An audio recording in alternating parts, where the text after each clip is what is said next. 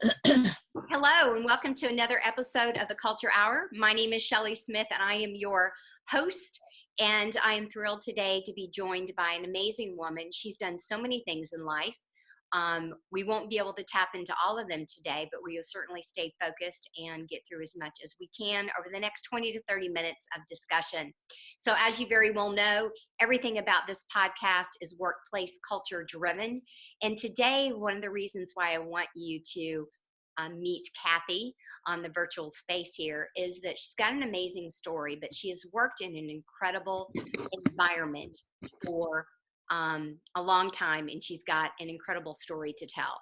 So Kathy Eckhardt is a career and life success coach. She does amazing things to help people unlock their personal potential and to help them gain momentum inside of their very own genius zone. And I love her so much for that.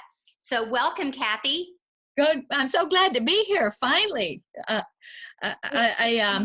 you know, we talked a lot in the past about generations and the differences in generations in the workplace. And I would have to say that technology is one of the biggest ones for women who started their careers back in the 70s and 80s. So I am here. That is so true. Well, why I am still in fear as I turn off my noisemaker. I am still in fear of all of the different new technology things, and my kids constantly laugh at me with how slow I am to go on the computer and the phone and things that I can't do. So, I just let them be. So today I'm actually in front of my tree because I thought we would do it from a holiday theme piece as well. So a little different from what my normal videotaping is. So Kathy, I'm going to let you decide what you want to share with our viewers and our listeners. So tell them a little bit about yourself other than what I've said. Well, you did say that I have been in a really interesting workplace. I began my work career after having been a mother and wife for many years, well, a number of years without, let's say, I tell people I was 30 years old and had 3 children before I even got a driver's license. So I was kind of behind the 8 ball when I decided to go back into the workforce. Really just wanted a little extra money. And back then, this was back in the mid to late 70s, and that was a time when women were rushing into the workforce. There was just a huge influx. However, many of them came in like I did. I call it coming in through the back door, through direct sales, which was not super popular at the time, and it was just the opening up for women, and it was a way to get our toe into the workforce. And I turned out surprisingly to be very successful at it. I had no idea I could sell anything, and so that was a major part of my life for many years. And I was in the company at a time when Mary Kay herself, the founder of the company, was very active. And so I got to know her on a personal basis. I was actually trained by her. I considered her a personal mentor and kind of like my grandmother. And so a lot of what I learned going forward and was able to pass on to other women, even later when I got into more business coaching and with men, I found the lessons I learned from that woman so many years ago were the ones that seemed to have the most interest and the most effect. And I didn't even realize at the time how much I had learned, sometimes just by osmosis, just emulating somebody I admired a lot. So now I work with mostly women, mostly remarkable women who often don't know how remarkable they are. And I help them find what their true passions are and develop their gifts and find a way to take that leap into their genius zone, their zone of greatness. I love it so much. I can't even stand it. I've known Kathy. I've had the pleasure of meeting Kathy years ago. I'm going to say it was maybe 8 years ago or something, inside of a local women's network, Peninsula Women's Network. For those of you who are not local or outside of the country, it is a long-standing women's event, or networking event that's actually community that has been around for, gosh, is it 35 years now? I think it's over 40. Is it over 40? I know there was just another huge milestone. So at any rate, one of my favorite sayings I say, let's dive a little bit more into what you just said from Mary Kay herself being a mentor. I really would like to know, what are some top of mind adjectives that you would use to describe her? And then I want to tie back into the culture that you felt, that you saw, and that you continue on in with everybody you meet. So how would you describe her? What are some adjectives Well, as a leader? some adjectives as a leader. Well, she was a very strong woman. What would you say that? Oh God, is that what is that saying about? It's power, but in a velvet glove. You know, very firm inside, but at the same time soft on the outside. Very compassionate, very caring, very gracious. But at the same time, she was a strong woman. And as I moved into more of a leadership role, I learned more and more about the strength that was. You know, it wasn't. The other thing, it wasn't, there was no fluff. I mean, we think of the pink and the pink Cadillacs and all of that, but it wasn't fluff. It was very heartfelt, very sincere, very genuine, real. The word would be real. She was the real deal. And what are some things that she said or did to keep it real, to keep it genuine, to keep it heart? What are some of the actionable things that you had to do, you saw her do? One of the biggest ones is, it really was a company founded on the golden rule. She really, really stressed that. And as I said, as the more we went into leadership positions, the more we even heard about that. It was do unto others as you would want them. Teaching, whenever there would be a situation where you were undecided, the question to always ask ourselves was, how would I feel, or how would I want this to be done if I were in their shoes? One of the things that she often said was, in most companies, P&L stands for profit and loss. But in our company, it stands for people and love. Oh my gosh. And she really, really carried that through all the way. You know, back in my early days as a sales director, I was a consultant for a little while. And then I became a sales director. I was kind of new at the job of leadership, but I had a lot of ideas. And Mary Kay was going to come to our area. She was going to be in Williamsburg, Virginia. And I was given the job of getting some publicity for her. And I was also on a committee. So I had this brilliant idea. We should have a contest and let all the consultants, it would be from not just, they would be coming in from North Carolina, all around. We'd probably have 1,200 people in the ballroom. And we would have a contest that they could achieve. And if they got set the standard, they'd get to have their picture made with Mary Kay. We were blown away by how many people achieved it. It was a high mark. And Mary Kay went along with it. I forgot to ask her permission, but she was gracious. She said, okay. When she saw that line, and she was supposed to be the speaker in the ballroom, and she got me aside and she said, now, Kathy, you're going to have to move them through rather quickly or we won't be able to have a meeting today. So I tried, and she just wouldn't let me. I tried to like move one aside and bring the next one up, and she'd give me that look, like I'm in the middle of something here. Don't push me.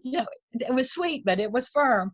And so when we finally got through the line, we had to send other directors ahead to start the meeting. So she and I were running through the hotel lobby to get to the ballroom. And she said, oh, I hope everybody's not upset with me, but this was just so, so important that she took that time with every single person in that line. And that's when I didn't ever doubt it, but seeing it in person like that, when she looked at you, you were the only person in the room. And I've tried to do that through the rest of my life, to listen deeply, to look at people when I talk. If somebody else came up while she was talking, I watched how she'd do it. She'd kind of like, let's say she was talking to me and somebody else was going to interrupt. She would kind of put her arm around me to let me know that I was important and that they were the interloper. And she'd say something gentle to them and she'd be right back to me. It was that the graciousness is all I can say. Oh my God. And I have to can I tell another story about another? Yes. Around that time, my little daughter had broke her arm very, very seriously, and she was in traction in the hospital. So I put a picture of her in her interaction with her arm up in the air on my newsletter. And I sent my newsletter to Mary Kay. I didn't know she ever even read it.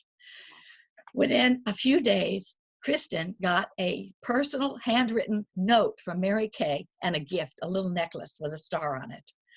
And so shortly after that, she was going to be coming to the area, the event I told you about. And I was setting up publicity. So I set up an interview at a television show. And I took Christy out of school so she could meet Mary Kay in person. Well, we walked around the back room and everything, and Mary Kay held her hand. Kristen wrote her a note, and Mary Kay put her glasses on, read the note, and put it down. So later at the event that night, she came to me and she said, Kathy, I'm so sorry. I've lost your little girl's note. I don't know where it is. And I said, like a good mother, I said, oh, don't worry, Mary Kay, she'll never know. Well, Mary Kay must have found it, obviously, because she wrote Kristen another note, replying to little things she put in the card that Kristen had made her. So it was these personal touches that I think made the difference. Well, I have to say today, not realizing, one thing about the Culture Hour is the conversations are meant to be authentic and off the cuff, as we're doing right now. And because I don't like anything rehearsed, well, unbeknownst, but for the higher beings that you and I both believe in. Today on my other podcast that I do every day, it's called Your Morning Commute. And so today on the Morning Commute, I talked about 6 traits that great leaders have. And this is crazy because you're absolutely, well, not crazy, it's good. You're talking about one of the really, really important ones, and it's know your people. Know your people. As a great leader, and anybody can be a leader. You don't have to have directories. Anybody who's got followers is a leader of sorts. But great leaders know their people. And you just talked about what she did. And you clearly, for those of you who do not know Kathy, those nuances of Kathy, how you lean in to a conversation, physically and mentally, how you lean into the conversation. When you're with people, you absolutely, I personally feel very important when I'm in conversation with you. So you definitely emulate that. That reaching of the arm or the shoulder or the tucking that you talked about, that I feel a part of the conversation in it's an intimate in a non-invasive, inclusive way. So I have to preference, especially in today's environment. You absolutely do those things, and those are things that great leaders do. I cannot stress enough, no matter what kind of relationship you have inside of your workforce, that very essence of what you said is probably the most foundationally important trait that leaders need to have, and good practice as human beings too, right? Right. Oh my gosh, I love that so much. It's know your people. It's taking those personal times. Probably the things that she did prior with the personal photographs that you had set up is what made it continue to grow, because you're still telling this story how many years later, and you're one person of thousands, right? Right. That have these stories. Absolutely. Tell us some more things that you experienced inside of the Mary Kay culture. Any other stories like the ones you just gave were great. Sorry about my voice. Excuse me. I guess it's just that time of year. I hope I sound sexy.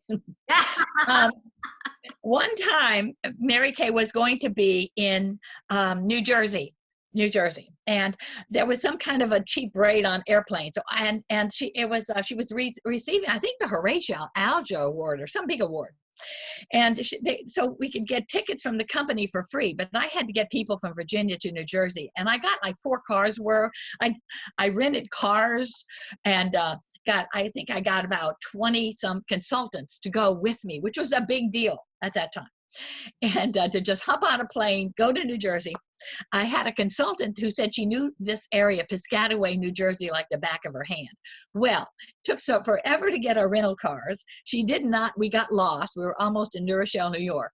So we thought, oh my gosh, we are going to be so late. Well, we arrived just in time. Mary Kay hadn't even gone into the ballroom yet, but 1,500 people had already filled up every seat. So my people, it turned out to be a blessing. We had no seat, but we were ushered in and could stand on the side right where the kitchen entered. And so Mary Kay came into the ballroom through the kitchen.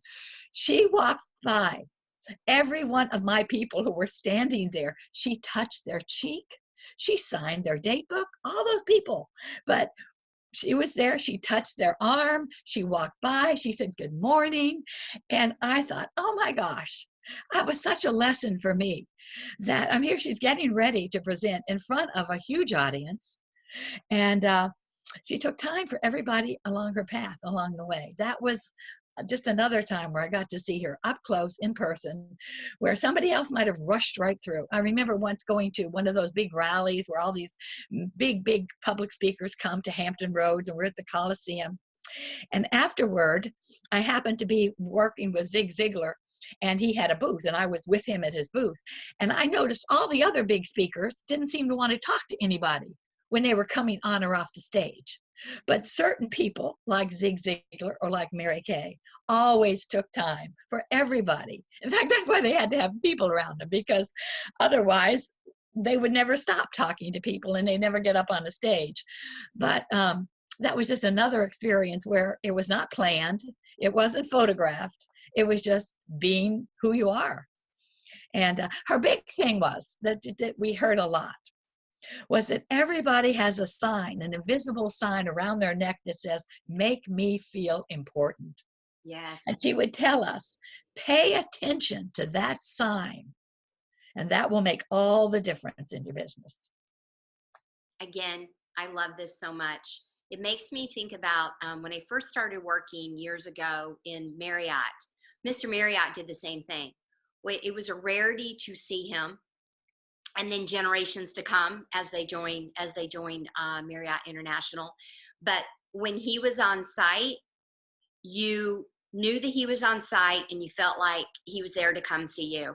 Mm-hmm. That focus on the people, because that was where I learned that you take care of your employees and everything else happens. You don't have to worry about literally anything else. So again, what it is that you just saw makes me think about my warm thoughts and why I'm still very fond of anything Marriott related, is because of that same. So again, that's what great leaders do. That's what great leaders do. You know, we in general overcomplicate it through, devices and all the other things around us. If we just keep the relationships real and conversational and intentional, exactly. That's really what we need to do in order to grow. And I also love, you just so casually, I was there with Zig Ziglar. Did you guys hear that? She was there with Zig Ziglar. So again, clearly, somebody who knows and gets it and lives in the storybooks, right? I mean, Mary Kay and Zig Ziglar went to the same church in Dallas. Oh, wow. And at one of my very first events, Mary Kay had brought him out as a speaker, and he gave her a lot of credit for helping him in his early days become known by bringing her up and things. And so that's how come I got to have a little bit of a relationship with Zig. So at that particular event, I was doing the same thing I was with Mary Kay. He was signing autographs, talking about the redhead, his wife, he's called her the redhead. But I was supposed to be moving people along so we could get to everybody and still catch his plane. So they were very much alike in that nature. But you know what Mary Kay also used to say? She said, when we were starting, we were a little company. And she said, we were a little company trying to be a big company. But now we're a big company, and we're trying to act like a little company. So the little she taught me that everybody gets a birthday card. And when I first joined the company, she personally signed them. Later on, I'm sure they were stamped. Yeah. But I still sent every one of my consultants I send 20 birthday cards out to people every month, because Mary Kay said, and that's another thing. I do email a lot of those kind of things. But, so many people don't get personal things in the mail. Yeah. Everything is email today. And those little personal touches are just as important as they ever were. And and when somebody died in the company, somebody like a director, and if like when my father-in-law and mother-in-law died, I remember I let the company know. Mary Kay personally wrote me a note. And they were personal handwritten note with a little card they put in. Sometimes I have done some major things, like we did a video together. We weren't in it together, but we each did part of it.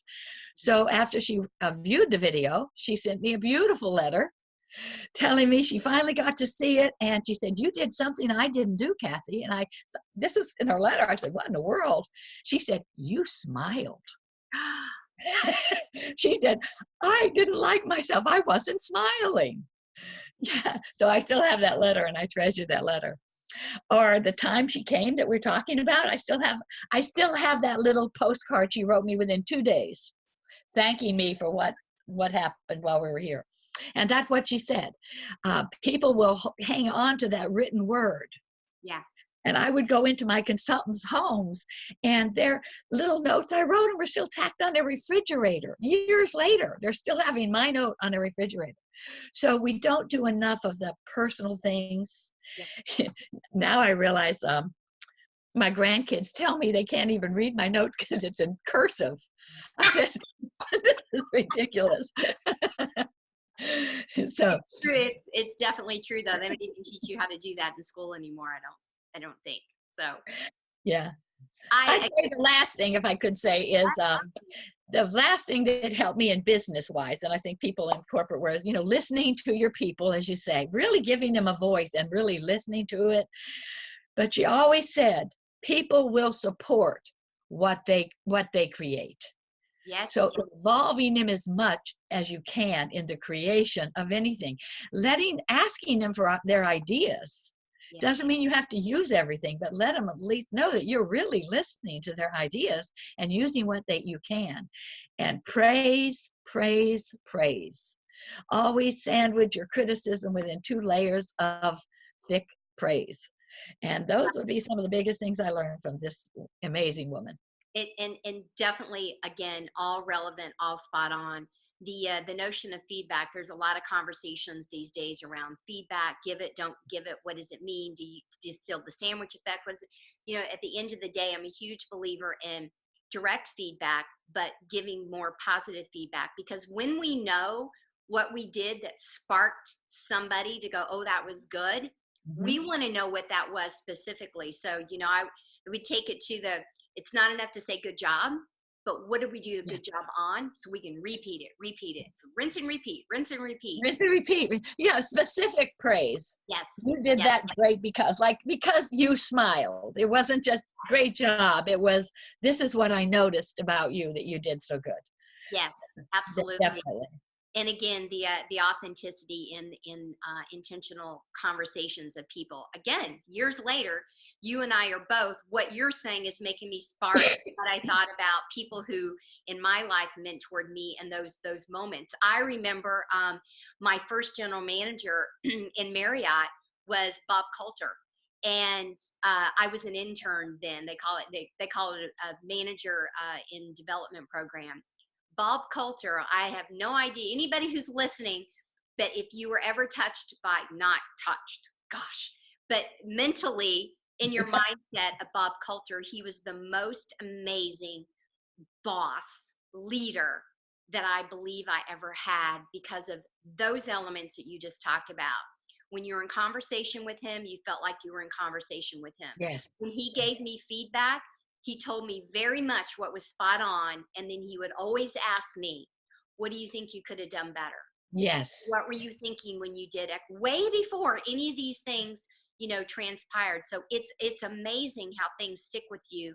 And people who do those things don't realize what the impact is that they're leaving on you. No. And anyways, and that's one of the things that I love about you, Kathy. When you sparked in that focus, and I know you kind of go in and out of the notion of the genius zone, but it is at the core of what are your strengths, what are your passions, what is it that you're good at?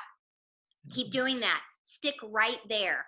Keep doing that. And again, it's right off of the conversation that we've had today.